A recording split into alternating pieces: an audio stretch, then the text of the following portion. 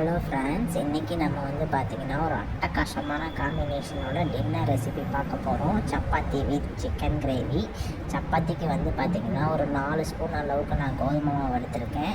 Salt, sugar, அதுக்கப்புறம் தயிர் ஒரு ஸ்பூன் எடுத்திருக்கேன். தயிர் வந்து எதுக்குன்னு கேட்டிங்கன்னா நல்லா சாஃப்டாகவும் நல்லா ஃப்ளஃபியாகவும் வர்றதுக்காக. இதெல்லாம் நல்லா மிக்ஸ் பண்ணிக்கோங்க.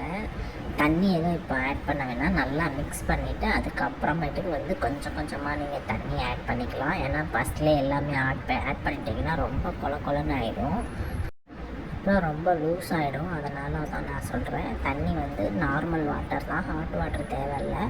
நார்மல் வாட்டர் கொஞ்சம் கொஞ்சமாக ஊற்றி ஆட் பண்ணிக்கோங்க. சப்பாத்திக்கு வந்து நீங்கள் ரொம்ப நேரம் பிசையணும்லாம் அவசியம் இல்லை. ஜென்டலாக கொஞ்சம் நேரம் பிசைஞ்சிங்கனாலே போதும். பிசைஞ்சு வச்சுட்டு கொஞ்சம் நேரம் ஊற வச்சுக்கலாம். அதுக்கு ட்ரை ஆகாமல் இருக்கிறதுக்கு கொஞ்சமாக ஆயில் விட்டுக்கலாம். ஆயில் வந்து எல்லா பக்கமும் அப்ளை பண்ணிட்டிங்கன்னா உங்களுக்கு வந்து ட்ரை ஆகாமல் இருக்கும். அதுக்கப்புறம் ஒரு மூடி வச்சுருங்க. 1/2 அன் ஹவருக்குள்ளே உங்களுக்கு ஊறினாலே போதும், ரொம்ப தேவையில்லை.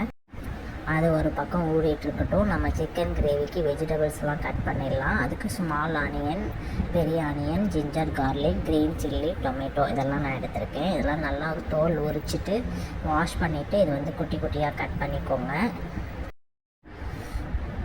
சின்ன வெங்காயம் கட் பண்ணதுக்கப்புறம் பெரிய வெங்காயமும் இதே மாதிரி கட் பண்ணிக்கோங்க. ஏன்னா சின்ன வெங்காயம்னா உங்களுக்கு நல்லா வெந்து குழம்புல இருந்து இருக்கிறதே தெரியாது, டேஸ்ட்டும் நல்லாயிருக்கும். பெருசாக போட்டோம் அப்படின்னா குழம்புல அப்படியே வெங்காயம்லாம் தெரியும், யாரும் சாப்பிட மாட்டாங்க.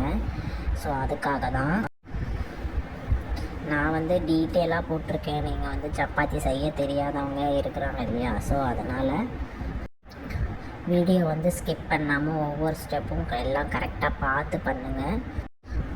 பெரிய வெங்காயமும் இதே மாதிரி குட்டி குட்டியாக கட் பண்ணிக்கோங்க. நான் வந்து இன்றைக்கி ஒரு 3 பேர் சாப்பிட்ற அளவுக்கு தான் எடுத்து பண்ணியிருக்கேன். நீங்கள் எவ்வளோ பேர் சாப்பிட்றீங்களோ அதுக்கு தகுந்த மாதிரி இதை அப்படியே டபுள் ஆக்கி பண்ணிக்கோங்க. அதுக்கப்புறம் நம்ம வந்து க்ரீன் சில்லி எடுத்துடலாம். க்ரீன் சில்லி வந்து நான் 2 எடுத்திருக்கேன். இதை வந்து இப்படி கட் பண்ணிக்கலாம். கீரி போட்டிங்கன்னா போதும். டொமேட்டோ வந்து நல்லா பழுத்த தக்காளியாக எடுத்துக்கோங்க, டேஸ்ட்டு நல்லாயிருக்கும். இதை வந்து நல்லா நீட்டமாக கட் பண்ணிக்கலாம். நம்ம வீடியோ லென்த்தாக இருக்குதுன்னு ஸ்கிப் பண்ணி பார்க்காம பாருங்கள். நான் அப்போ தான் வந்து ஒவ்வொரு ஸ்டெப்பும் உங்களுக்கு கரெக்டாக புரியும். நான் வந்து இன்றைக்கி 2 தக்காளி அளவுக்கு எடுத்திருக்கேன். ஏன்னா நமக்கு கிரேவி வந்து நல்லாயிருக்கும். நம்ம இன்னும் குழம்பு அதிகமாக வைக்கிறீங்க அப்படின்னா நீங்கள் இன்னும் கொஞ்சம் அதிகமாக தக்காளி எடுத்துக்கோங்க. இப்போ நம்ம செய்ய போகிற ரெசிபி வந்து பார்த்திங்கன்னா நீங்கள் சப்பாத்தி, இட்லி, தோசை எல்லாத்துக்கூடையும் வச்சு சாப்பிடலாம். சாதத்துக்கு வைக்கிறீங்க அப்படின்னா நீங்கள் குழம்பு மாதிரி செஞ்சுக்கோங்க. வெஜிடபிள்ஸ்லாம் நம்ம கட் பண்ணி வச்சாச்சு. அதுக்கப்புறம் மாவு வந்து ஊறிடுச்சு. ஸோ நம்ம மாவு வந்து பிசைஞ்சு எடுத்துக்கலாம். நீங்கள் வந்து லூஸாக இருந்துச்சு அப்படின்னா கொஞ்சம் ட்ரை ஃப்ளார் வந்து ஆட் பண்ணிக்கோங்க. அப்படி இல்லைன்னா நீங்கள் டைரெக்டாகவே யூஸ் பண்ணிக்கலாம். இது வந்து கொஞ்சம் லைட்டாக ஆட் பண்ணிவிட்டு இந்த மாதிரி உருண்டையாக எடுத்துக்கோங்க. உங்களுக்கு எவ்வளோ சைஸ் வேணுமோ எடுத்துக்கோங்க. நான் ஒரு நார்மல் சைஸ்க்கு தான் எடுத்திருக்கேன். எல்லாமே இந்த மாதிரி வந்து எடுத்து உருண்டை பிடிச்சி வச்சிடலாம். அதுக்கப்புறம் ட்ரை ஃப்ளோரில் கொஞ்சம் டிப் பண்ணி எடுத்து இந்த மாதிரி உருண்டை பிடிக்கிறது வந்து குலாப் ஜாமுன், நம்ம குலாப் ஜாமுனுக்கு எப்படி பிடிப்போமோ அதே மாதிரி தான் பிடிக்கணும். அப்போ தான் வந்து நமக்கு சப்பாத்தி நல்லா சாஃப்டாக நல்லா ஊற்றி வரும். அதை வந்து ப்ரெஸ் பண்ணி நம்ம வந்து நல்லா அழுத்தி உருண்டை பிடிக்கணும். அப்போ தான் வந்து நல்லா வரும். எல்லா மாவும் இதே மாதிரி உருண்டை பிடிச்சி வச்சுக்கலாம். அதுக்கப்புறம் நம்ம திரட்டிக்கலாம் மாவு. அதுக்கப்புறம் மாவு திரட்டுற கட்டை எடுத்துக்கிட்டு மாவு லைட்டாக நம்ம ஸ்ப்ரெட் பண்ணி விட்டுட்டு அதில் வச்சு லைட்டாக ப்ரெஸ் பண்ணுங்கள். 2 பக்கமும் லைட்டாக ப்ரெஸ் பண்ணிவிட்டு அதுக்கப்புறம் நீங்கள் வந்து திரட்டலாம். ஃபுல்லாக எல்லா பக்கமும் திரட்டிட்டிங்கன்னா உங்களுக்கு ரவுண்ட் ஷேப்பில் வந்துடும்.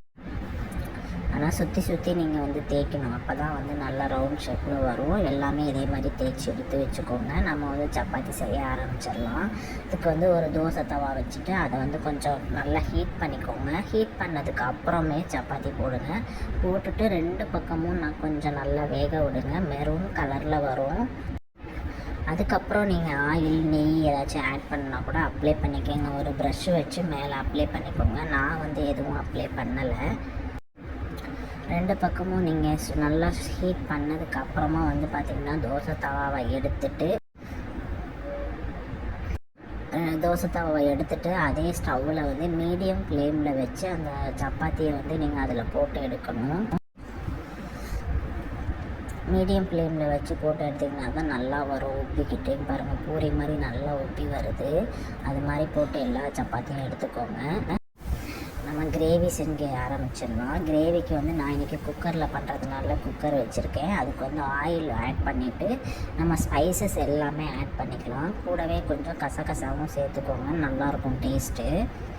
கிராம்பு, பட்டை, ஏலக்காய், பிரியாணி இலை, அன்னாச்சிப்பூ இந்த மாதிரி எல்லாத்தையுமே சேர்த்துக்கோங்க. அதோட கொஞ்சம் சோம்பும் சேர்த்துக்கோங்க. அதுக்கப்புறம் நம்ம வந்து எல்லாம் சூடானதுக்கப்புறம் நம்ம கட் பண்ணி வச்சுருக்கிற ஆனியனும் க்ரீன் சில்லியும் சேர்த்துக்கலாம். இது வந்து நல்லா ஃப்ரை ஆகட்டும். நல்லா ஃப்ரை பண்ணதுக்கு அப்புறமா வந்து இஞ்சி பூண்டு பேஸ்ட்டு அரைச்சி வச்சுருக்கேன், அதையும் ஆட் பண்ணிக்கலாம். நீங்கள் இடித்து கூட சேர்த்துக்கலாம் கொஞ்சமாக சேர்க்குறீங்க அப்படின்னா. அதுக்கப்புறம் நம்ம கட் பண்ணி வச்சுருக்க டொமேட்டோ சேர்த்துக்கலாம். ஆனியன் நல்லா ஃப்ரை ஆனதுக்கப்புறம் தான் நீங்கள் சேர்க்கணும். இதுவும் வந்து நல்லா வேகணும். வெந்து குழஞ்சி வந்ததுக்கப்புறம் சிக்கன் ஆட் பண்ணிக்கலாம். சிக்கன் வந்து மஞ்சத்தூள் கொஞ்சம் போட்டு நல்லா வாஷ் பண்ணி வச்சுக்கோங்க. அதுக்கப்புறம் நம்ம சிக்கனும் ஆட் பண்ணிடலாம். எல்லா சிக்கனும் ஆட் பண்ணதுக்கப்புறம் சால்ட்டு கொஞ்சம் ஆட் பண்ணிக்கோங்க. ஆட் பண்ணிவிட்டு நல்லா மிக்ஸ் பண்ணி விடுங்க. நல்லா மிக்ஸ் பண்ணி விட்டிங்கன்னா அந்த சிக்கன்லேருந்து தண்ணி வரும். தண்ணி இப்போ எதுவும் ஆட் பண்ண வேணாம். ஒரு மூடி போட்டு கொஞ்சம் நேரம் வேக வச்சுருங்க. அது ஒரு பக்கம் வேகட்டும். நம்ம அதுக்கு முன்னாடி வந்து பார்த்திங்கன்னா தேங்காய் பால் தான் நான் இன்றைக்கி யூஸ் பண்ண போகிறேன். ஸோ நம்ம தேங்காய் பால் எடுத்துக்கலாம். நீங்கள் தேங்காவை அப்படியே அரைச்சி ஊற்றுறதா இருந்தாலும் ஊற்றிக்கலாம், நல்லாயிருக்கும். அதில் கொஞ்சமாக சோம்பு, முந்திரி பருப்பு கொஞ்சம் ஒரு 5-6 போட்டு அப்படியே அரைச்சி ஆட் பண்ணிக்கோங்க. டேஸ்ட்டு நல்லாயிருக்கும். நம்ம மசாலா ஆட் பண்ணிடலாம். மஞ்சள் தூள், சாம்பார், நான் வீட்டில் அரைச்ச சாம்பார் மிளகாத்தூள் தான் யூஸ் பண்ணியிருக்கேன். அது ஒரு 1.5 ஸ்பூனு. அதுக்கப்புறம் வந்து ரெட் சில்லி பவுட்ரு வந்து ஒரு 1/2 ஸ்பூனு. அதுக்கப்புறம் coriander powder 1 spoon. Garam masala ஒரு 1/2 ஸ்பூனு. இதெல்லாம் சேர்த்துக்கோங்க. எல்லா மசாலாவும் சேர்த்ததுக்கப்புறம் கொஞ்சம் நல்லா மிக்ஸ் பண்ணி விடுங்க. மிக்ஸ் பண்ணி விட்டால் தான் வந்து அந்த மசாலாலாம் நமக்கு சிக்கனில் இறங்கி டேஸ்ட்டு நல்லாயிருக்கும். நான் வந்து கடையில் வாங்கின சிக்கன் மசாலா கொஞ்சம் யூஸ் பண்ணுறேன். அது ஃப்ளேவருக்காக நல்லாயிருக்கும். அது வந்து ஒரு ஸ்பூன் அளவுக்கு யூஸ் பண்ணுறேன். உங்களுக்கு ஆப்ஷனல் தான், நீங்கள் வேணும்னா சேர்த்துக்கலாம், இல்லைனா ஸ்கிப் பண்ணிவிடுங்க. சிக்கனில் நல்லா மிக்ஸ் பண்ணதுக்கப்புறம் தண்ணி ஆட் பண்ணிக்கலாம். நான் வந்து ஒரு 1/2 லிட்டர் அளவுக்கு ஊற்றிருக்கேன். நீங்கள் வந்து நிறையா வேணும்னா கொஞ்சம் நிறையா ஊற்றிக்கோங்க. சப்பாத்திக்கு கிரேவிங்கிறனால கொஞ்சம் ட்ரையாக வேணுங்கிறதுக்காக கம்மியாக தான் விட்டுருக்கேன். அதுக்கப்புறம் நீங்கள் மூடி போட்டு விசில் வச்சு நீங்கள் க்ளோஸ் பண்ணிக்கலாம். நீங்கள் ஒரு 2 விசில் விட்டால் போதும், நல்லாவே சாஃப்டாக வெந்து வந்துடும். நீங்கள் குக்கரில் வைக்கலை அப்படின்னா நீங்கள் ஒரு 1/2 hour வந்து நார்மலாக வேக வச்சு கூட எடுத்துக்கோங்க. அதுவும் டேஸ்ட்டு நல்லாயிருக்கும். நான் அர்ஜென்ட்டில் பண்ணுறதுனால குக்கரில் வச்சுட்டேன். ஸோ நல்லா வெந்து வந்துருச்சு. சிக்கன் நல்லாவே சாஃப்டாகவே வெந்து வந்திருந்தது. இந்த மாதிரி செஞ்சு பாருங்கள். நீங்கள் சப்பாத்தியே சாப்பிட மாட்டேன் அப்படின்னு சொல்கிறவங்க கூட நம்ம சாப்பிடுவாங்க நல்லா. நம்ம எடுத்து வச்சுருக்க தேங்காய் பாலை இப்போ ஆட் பண்ணிடலாம். நல்லா இதுவும் வந்து நல்லா மிக்ஸ் பண்ணி விட்டு கொதிக்க விடுங்க. நல்லா கொதிக்கட்டும். உங்களுக்கு இன்னும் கொஞ்சம் ட்ரை பண்ணிக்கணுன்னா கூட ட்ரை பண்ணிக்கோங்க. இல்லை இந்த இதுவே போதும் அப்படின்னா கூட விட்டுடலாம். மறுபடியும் வந்து லைட்டாக க்ளோஸ் பண்ணி வச்சுக்கோங்க. ரொம்ப ஃபுல்லாக க்ளோஸ் பண்ண வேணாம். நல்லா கொதிக்கிறதுக்காக தான். நல்லா க்ளோஸ் பண்ணி மூடி வச்சுட்டு வெந்ததுக்கப்புறம் நான் வந்து கொரியாண்டர் லீவ்ஸு, மின்ட் லீவ்ஸு, அதுக்கப்புறம் கறி லீவ்ஸ் 3மே வந்து ஃப்ளேவருக்காக ஆட் பண்ணியிருக்கேன். இது வந்து டேஸ்ட்டும் நல்லாயிருக்கும், ஸ்மெல்லும் நல்லாயிருக்கும். இது எல்லாமே ஆட் பண்ணிவிட்டு கொஞ்சம் நேரம் கொதிக்கட்டும். நல்லா மிக்ஸ் பண்ணி விடுங்க. எல்லா ஃப்ளேவரும் அதில் இறங்கட்டும். கிரேவியும் ரெடி ஆயிடுச்சு. வீடியோ பிடிச்சிருந்தா லைக் பண்ணுங்கள், சப்ஸ்கிரைப் பண்ணுங்கள். Thank you friends.